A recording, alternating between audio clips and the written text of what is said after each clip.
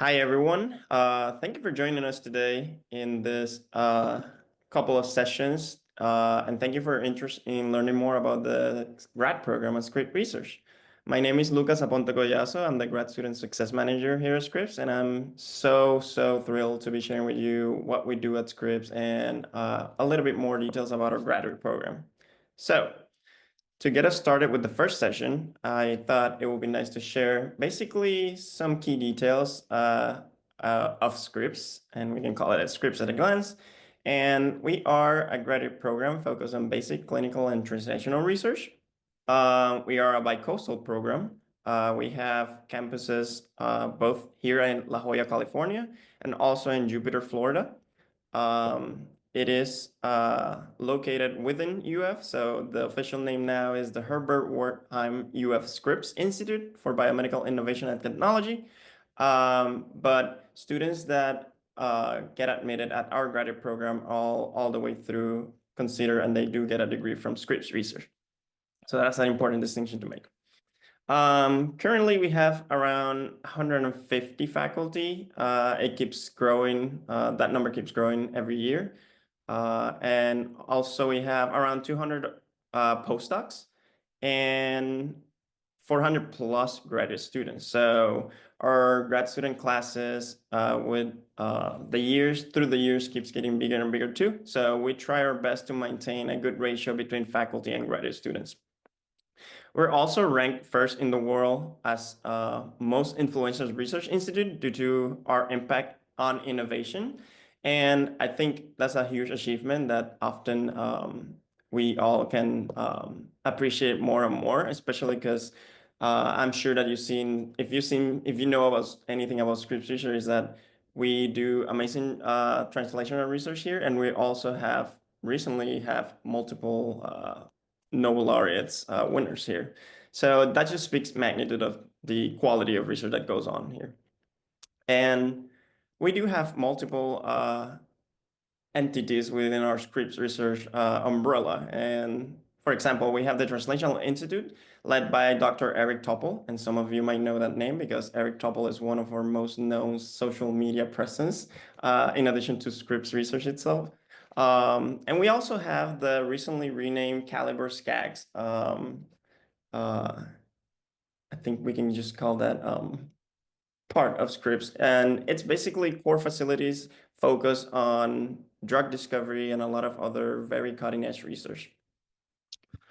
So before jumping into the more details, I want to provide a brief overview of what we will be talking about today. So I'll be talking a little bit more into the history of the doctoral program, provide rankings, go through curriculums and requirements, and speak a little bit more about some other programs that we have.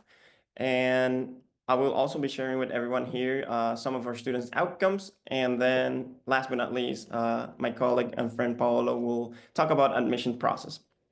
So first things first, the doctoral program, that's what most of you are here interested for.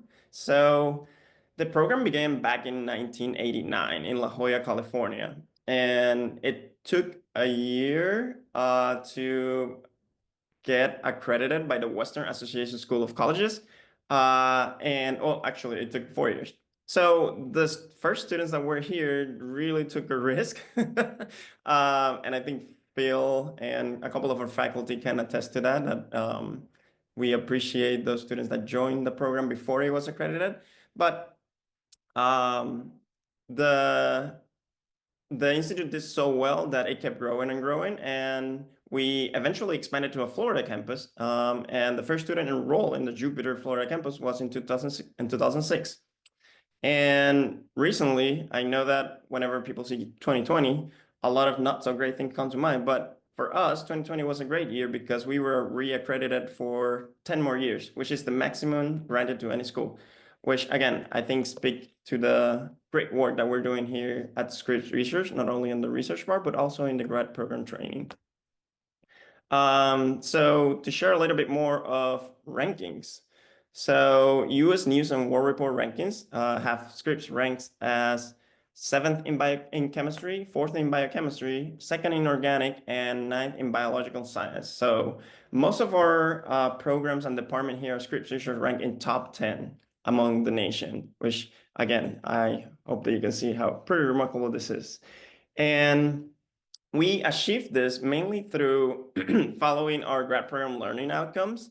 And in a nutshell, we mainly focus on providing all of our grad students great training experience following these principles of original research, critical thinking, communication, intellectual curiosity, and career and professional development.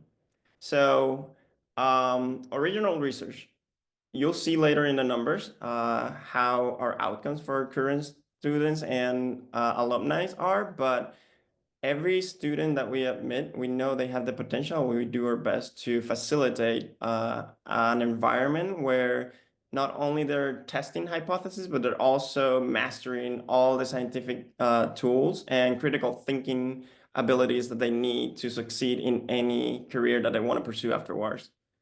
Communication is really important part of that, and we not only provide spaces where students can practice their science communication within their research groups, whether it is within Scripps or in a more local scenario where going to La Jolla Immunology Conference, or overall also we have a lot of outreach opportunities where it's really valuable for our students to practice, the communicating science to the general audience.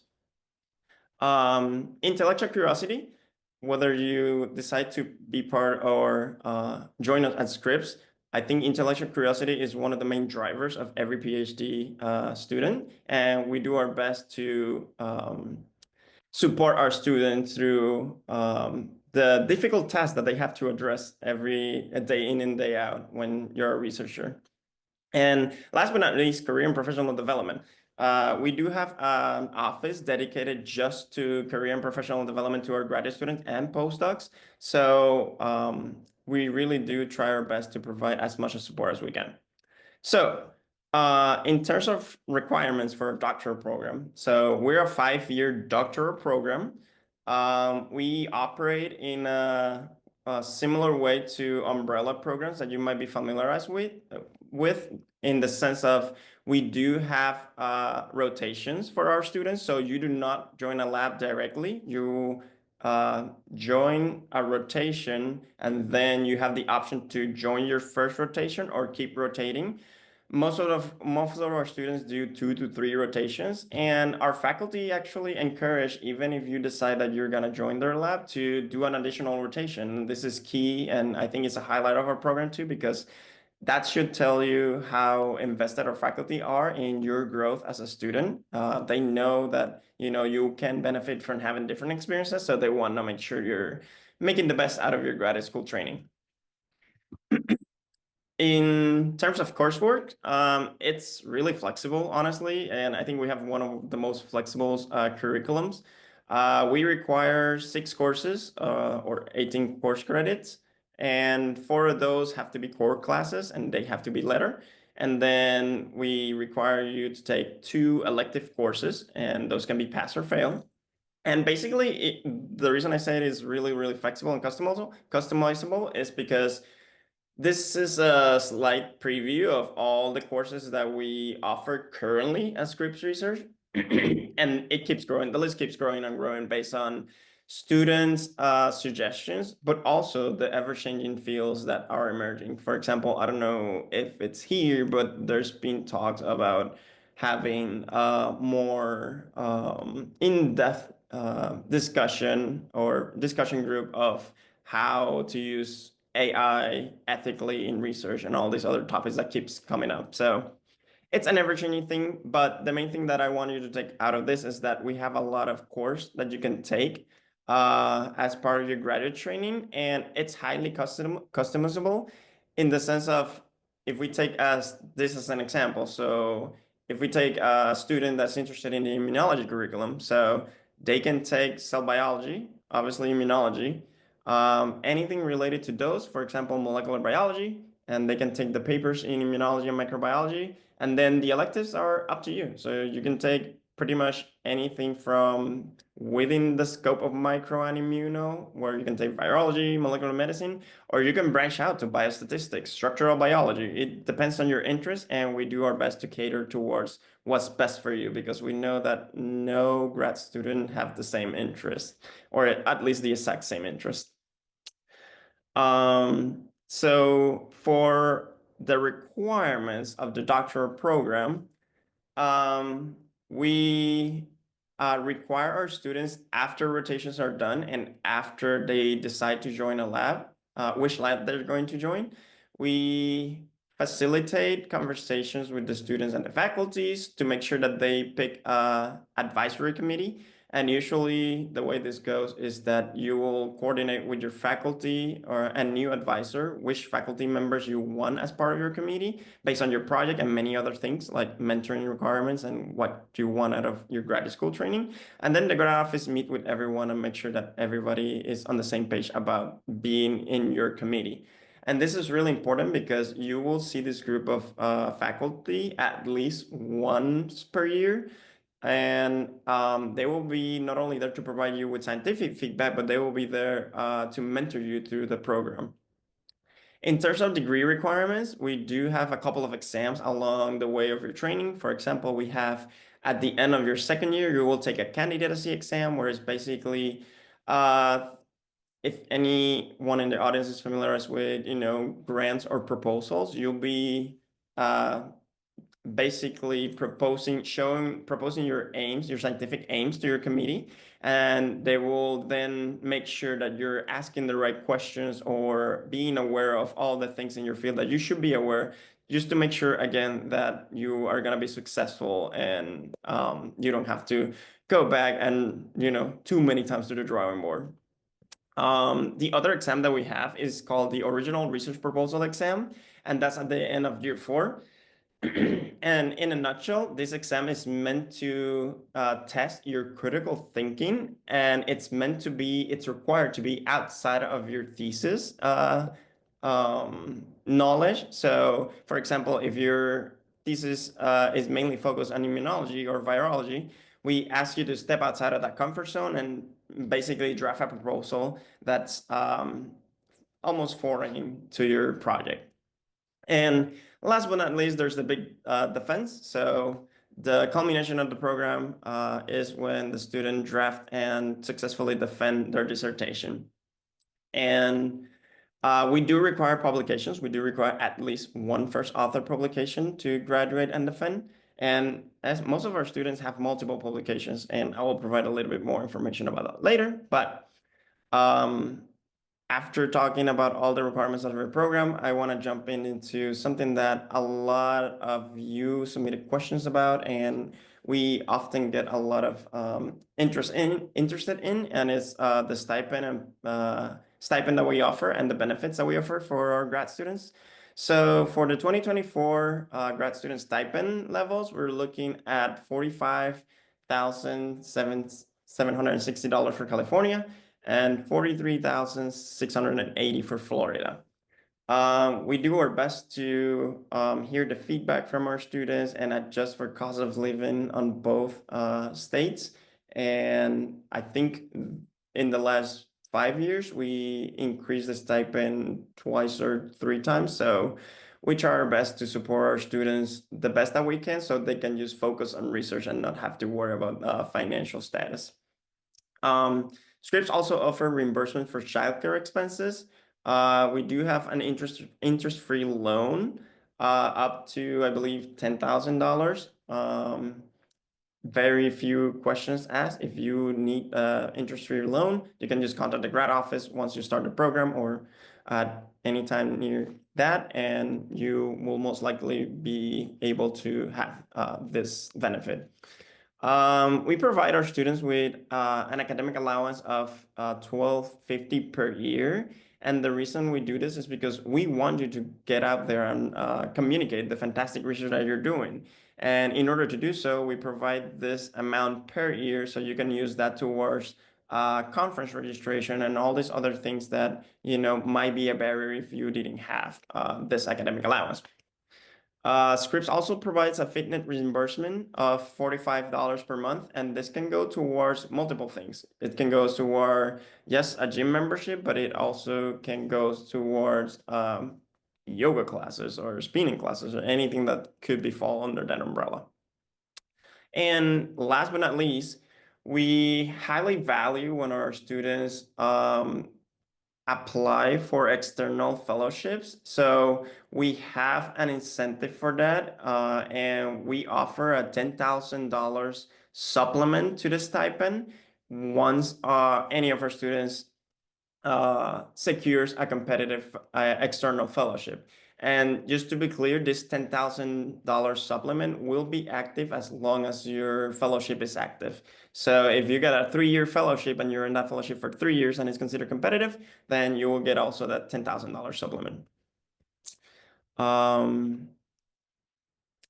Fantastic. So I think you can come. So to speak a little bit more about student outcomes, like I mentioned before, we currently have almost 400 students between our two campuses, and we have over 1,000 alumni.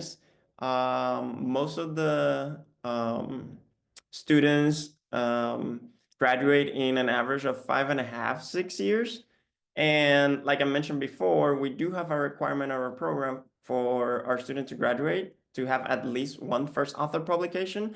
But most of our students graduate with 3 to 5 publications, with most of them being first or co-first authors. And last but not least, around half of our graduates go on to do a postdoctoral training. And to dig a little bit deeper into what this looks like through the years, I have this amazing graph and information here that Kevin, one of our members at the grad office,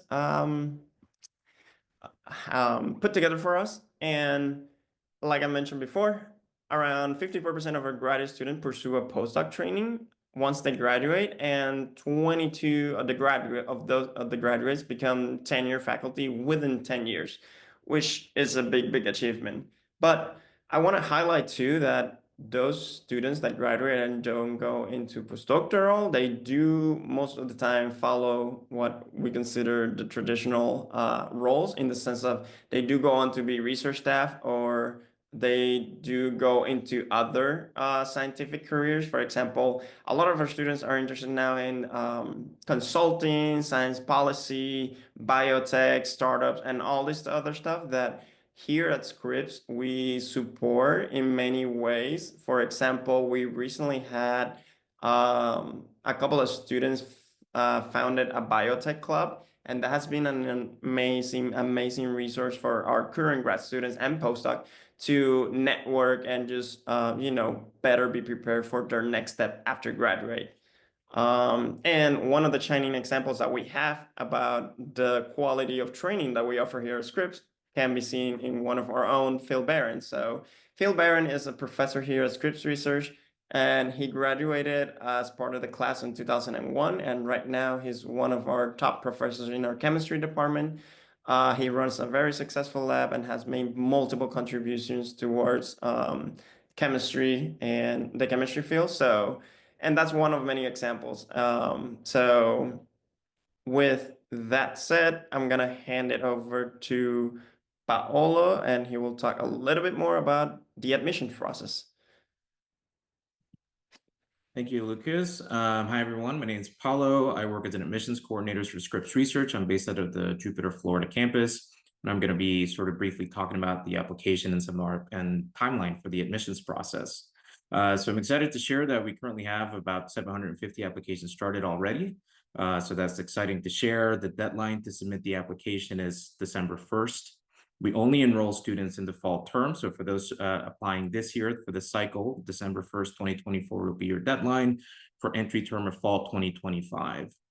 I do want to talk about some slight changes that we have made for this application cycle effective this year. So for first ones that I'll address will be regarding the transcripts. So unofficial copies are still accepted As part of the applications, we highly recommend a PDF scan of official transcripts if you have them. For international applicants, ideally translated transcripts from your institution, but we do recommend if you have a copy of the WES evaluation for education completed abroad, that would be recommended for the admissions committee, but it is not required. Of course, we would need to see transcripts from your undergraduate and graduate level coursework if applicable. In terms of the letters of recommendation, we only will support 3 letters of recommendation. So you'll have to submit at least, but no more than 3 letters of recommendation for your application to be reviewed. An additional change is this year we sort of compiled both the statement of purpose and statement of research that we used to receive 2 separate documents from our applicants, but now it'll be a consolidated one. We do have the new guidelines for the new written statement on our website, which I'm sharing the link on the chat. And additional documents that will be required will be your resume and or CV. And for test scores, we do require the TOEFL and IELTS scores for international applicants. We do not take the Duolingo tests. But if you're an international student completing your degree in the United States or New Zealand, Australia, in the UK, Ireland, or Canada, you will not be required to submit foreign language tests. We're also waiving the test score requirement if you completed your education abroad and the method of instruction for your degree was in English. So in the application, you'll have the opportunity to upload a said document to waive the TOEFL or IELTS requirement. Effective 2020, we don't require the GRE general or the subject tests, but if you feel it might help your application, if you have competitive scores, then you have the option to submit those. We can go to the next slide.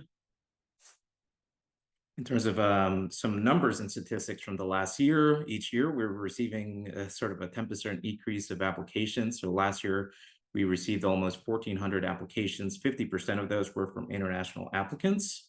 About 18% of the application pool was interviewed remotely and on campus in California and Florida, and ultimately had a 13% acceptance rate. So it's a highly competitive program. We expect to hit about 1,500 or so applications this year. But excited to share that, from the applicant pool, about 10% were underrepresented minorities. And from the incoming class, about 36% of the last cohort were international students of the, 76 students that enrolled in the cohort this most recent year. And we can go to the next slide in terms of the timeline. As I mentioned, our application is already live.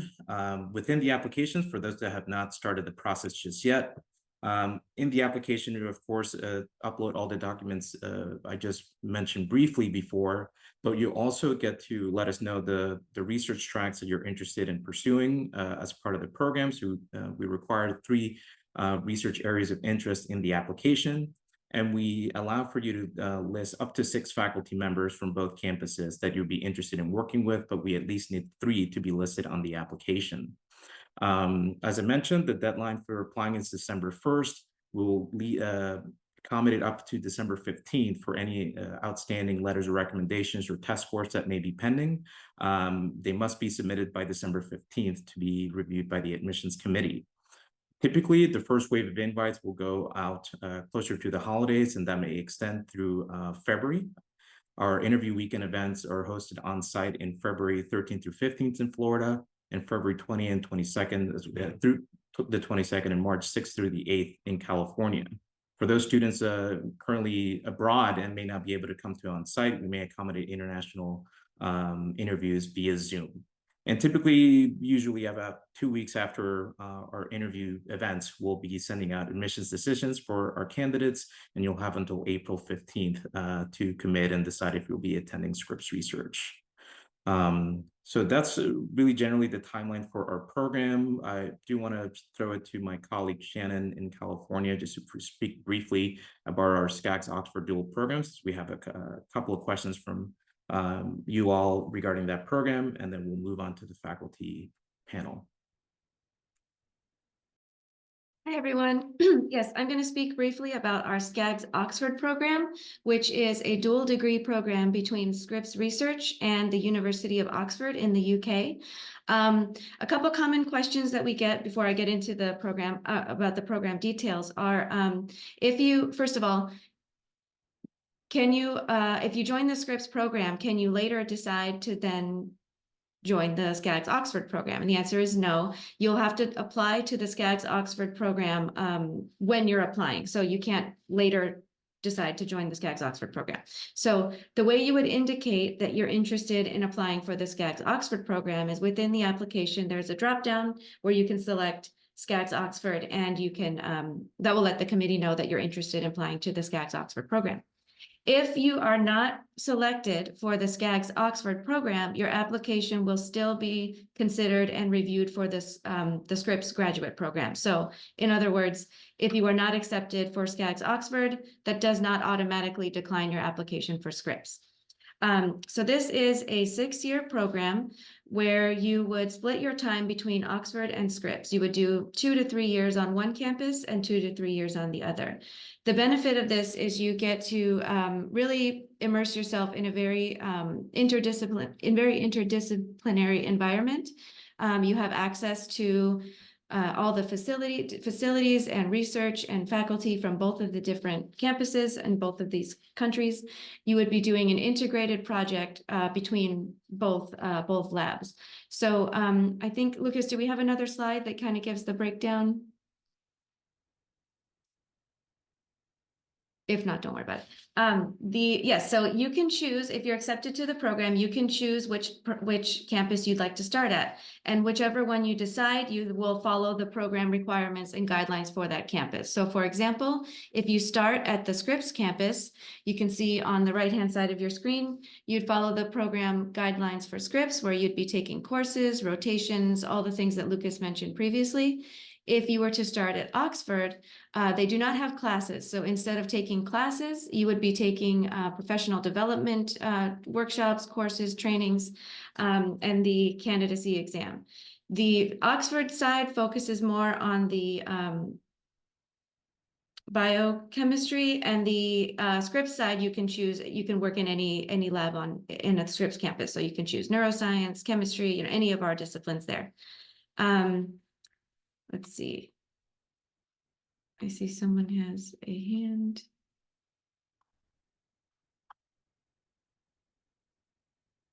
So yes, and once you graduate from this program, you will receive a dual degree. So you'll have a doctorate of philosophy from Scripps and a DPhil from the UK. And you can choose, one of the nice things too, is you can choose which campus you'd like to do your thesis defense. You can either do it in the UK or here at Scripps. And I think that pretty much covers the SCAGS Oxford program. And again, so if you have any questions for us about the program, about admissions, any of that's there, you can contact us there at admissions@scripps.edu, and we're happy to answer your questions. And